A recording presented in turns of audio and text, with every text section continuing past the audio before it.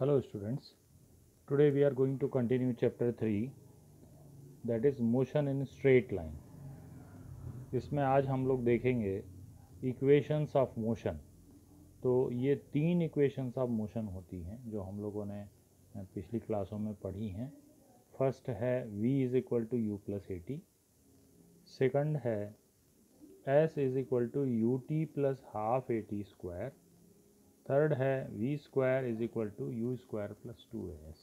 इसमें ये जो सिंबल हैं है ना, इन सब की मीनिंग हम लोगों को मालूम होनी चाहिए, तो वो हम लोग नोट कर लेते हैं। u है इनिशियल वेलोसिटी,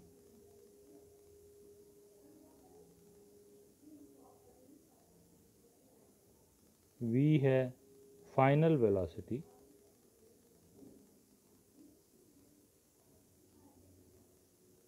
a है एक्सेलरेशन,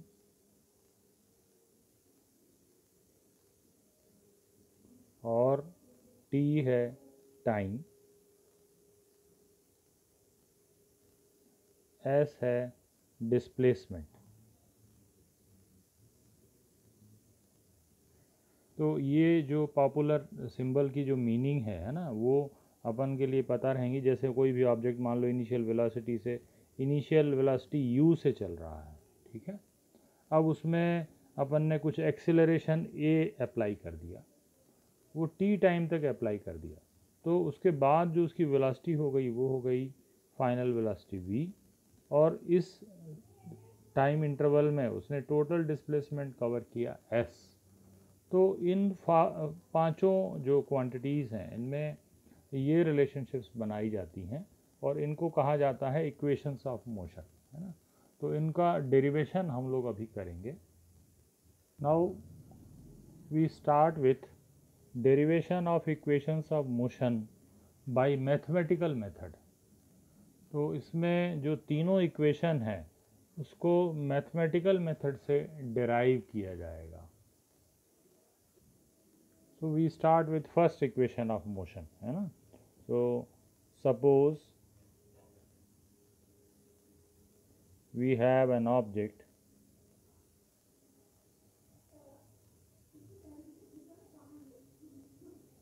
with initial velocity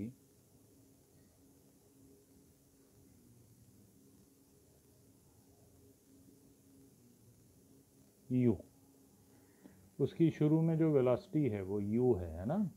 तो due to some acceleration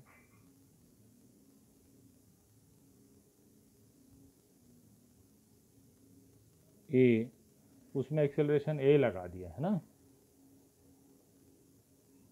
it's velocity becomes v after time t। इसका मतलब है शुरू में वेलोसिटी u थी, एक्सेलरेशन a ऑन कर दिया, कितनी देर तक लगाया एक्सेलरेशन t टाइम तक, तो वेलोसिटी हो गई v। अब हमको इनके बीच में रिलेशन बनाना है ना। तो हमारे पास एक डेफिनीशन है एक्सेलरेशन की, उसको हम यूज़ करेंगे। तो एक्सेलरेशन की डेफिनीशन होती है rate of change of acceleration, ठीक है। तो हम लोग लिखेंगे a is equal to acceleration is equal to, कैसे डिफाइन करते हैं, rate of change of velocity, ठीक है। तो rate of change of velocity, उसको फिर हम लोग इस तरह से लिख सकते हैं, change in velocity upon time. अब यहाँ पे चेंज इन वेलोसिटी कितना हुआ है ना, इनिशियल वेलोसिटी थी u और बाद में वेलोसिटी हो गई v, तो चेंज कितना हुआ इसके लिए फाइनल माइनस इनिशियल किया जाता है ना। तो चेंज इन वेलोसिटी हुआ final velocity minus initial velocity, that is v minus u upon time हुआ t। अब इस t को ट्रांसपोज कर देते हैं a की तरफ, तो ये हो जाएगा at is equal to v minus u। अब अगर इसको u को भी ट्रांसपोज कर दें इस साइड में, तो हमें जो डिज़ायर्ड रिलेशन है ना वो मिल जाती है। तो इसके बाद हम लोग यहाँ पे इसको पूरा कर लेते हैं। तो u को हमने इधर किया तो आके प्लस हो गया, और ये बना u plus AT is equal to V। तो इस तरह से हमने फर्स्ट इक्वेशन ऑफ मोशन को डेरिवेशन कर लिया। इसमें केवल हमको एक्सेलरेशन की डेफिनेशन यूज़ करनी पड़ी है। एक्सेलरेशन की डेफिनेशन है rate of change of velocity with respect to time. Now we come to second equation of motion. अब हम उसका डेरिवेशन देखेंगे, ठीक है। तो उसके लिए सबसे पहले हमको यहाँ पे ये समझना चाहिए कि इनिशियल वेलोसिटी किसी भी ऑब्जेक्ट की u है और बाद में v हो रही है, तो उसका एवरेज हम निकालेंगे तो कैसे आएगा। तो उसका एवरेज आएगा, average velocity is equal to u plus v upon two, ठीक। अब इसके बाद हमको डिस्प्लेसमेंट निकालना है, तो एवरेज वेलोसिटी को टाइम से मल्टीप्लाई कर देंगे तो डिस्प्लेसमेंट आ जाएगा। तो इसमें s जो है वो है displacement. Displacement s is equal to कितना आएगा, ये होगा average velocity, average velocity into time. तो एवरेज वेलोसिटी की वैल्यू हमारे पास है u plus v upon two into time. अब इसमें फर्स्ट इक्वेशन से v की वैल्यू यहाँ पे हम लोग रख देते हैं, ठीक है। तो ये कितना हो जाएगा, u प्लस v की वैल्यू रख रहे हैं हम लोग, u प्लस AT रख दिया है ना, ये है v की वैल्यू, और अपॉन में 2 है और इंटू t है। यहाँ पे हम लिख सकते हैं from first equation because v is equal to u plus AT। तो इस तरह से हमने इसकी वैल्यू यहाँ पे रख दी, और ये हो गया u plus u that is 2u plus AT upon 2 into T. अब इसको अंदर सॉल्व कर लेते हैं, तो ये इसमें मल्टीप्लाई हो जाएगा, ये हो जाएगा 2ut प्लस, ब्रैकेट भी यूज़ कर सकते हैं हम लोग क्लैरिटी के लिए, तो ये हो जाएगा AT स्क्वायर अपॉन 2। अब 2 को दोनों में अपन अलग अलग लिख लेते हैं, तो यहाँ से 2 कैंसिल हो जाएगा और ये हो जाएगा ut प्लस ये 2 यहाँ पे हाफ हो जाएगा, तो ये हुआ हाफ AT स्क्वायर, ठीक। तो इस तरह से s की value I ut plus half AT square, और ये जो इक्वेशन है ये सेकंड इक्वेशन ऑफ मोशन कहलाती है। तो इस तरह से हमने सेकंड इक्वेशन ऑफ मोशन भी डिराइव कर दिया मैथमेटिकल मेथड से, है ना। तो अब हम third equation of motion derive करेंगे।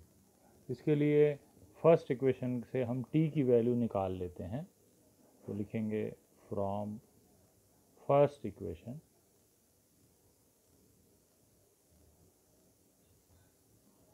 v इज इक्वल टू है u प्लस AT।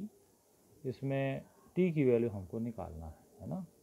तो AT की वैल्यू कितनी हुई, AT की वैल्यू हुई v माइनस u, और t की वैल्यू हुई v minus u upon a। अब d की वैल्यू इसमें निकाल लेते हैं, ठीक है। और हम एवरेज वेलोसिटी भी निकालते हैं जैसे हमने पिछली इक्वेशन में किया था। तो एवरेज वेलोसिटी जो है, average velocity is equal to u plus v upon two. Initial और फाइनल को ऐड करके हमने हाफ कर दिया, ठीक। तो ये दोनों चीज़ों को हम आगे फिर से डिस्प्लेसमेंट के लिए एक रिलेशन बनाएंगे, उसमें यूज़ करने वाले हैं, है ना। So now we start with s that is displacement is equal to average velocity into time। अब यही दोनों वैल्यूज़ इसमें हम यूज़ कर लेंगे, ठीक। तो एवरेज वेलोसिटी की जो वैल्यू है वो है u plus v upon two into t की वैल्यू, ये वाली टी की वैल्यू हमको यूज़ करना है ना। ये है v minus u upon a. अब ये a minus b into a plus b का फॉर्मेट आ रहा है ना। इसको सॉल्व करेंगे तो ये हो जाता है v square minus u square numerator में, और डिनोमिनेटर में हो गया 2a। अब नेक्स्ट लेवल में 2a को जब ट्रांसपोज करेंगे तो ये s के साथ मल्टीप्लाई होता है ना, तब हमको डिज़ायर्ड रिलेशन मिल जाती है। तो अब हम लोग इसको यहाँ पे कंटिन्यू कर लेते हैं, इस साइड में we can continue here. By transposition, इसको हमने ट्रांसपोज किया, 2a को s के साथ मल्टीप्लाई किया तो ये बना 2as equal to v square minus u square. अब यू स्क्वायर को भी ट्रांसपोज कर देते हैं तो ये हुआ u square plus 2as is equal to v square, और इसको इस तरह से सब लोग फेमिलियर फॉर्म में हम लोग जानते हैं। तो ये हुई थर्ड इक्वेशन ऑफ मोशन। इस तरह से हमने तीनों इक्वेशन ऑफ मोशन को मैथमेटिकल मेथड से डिराइव कर लिया।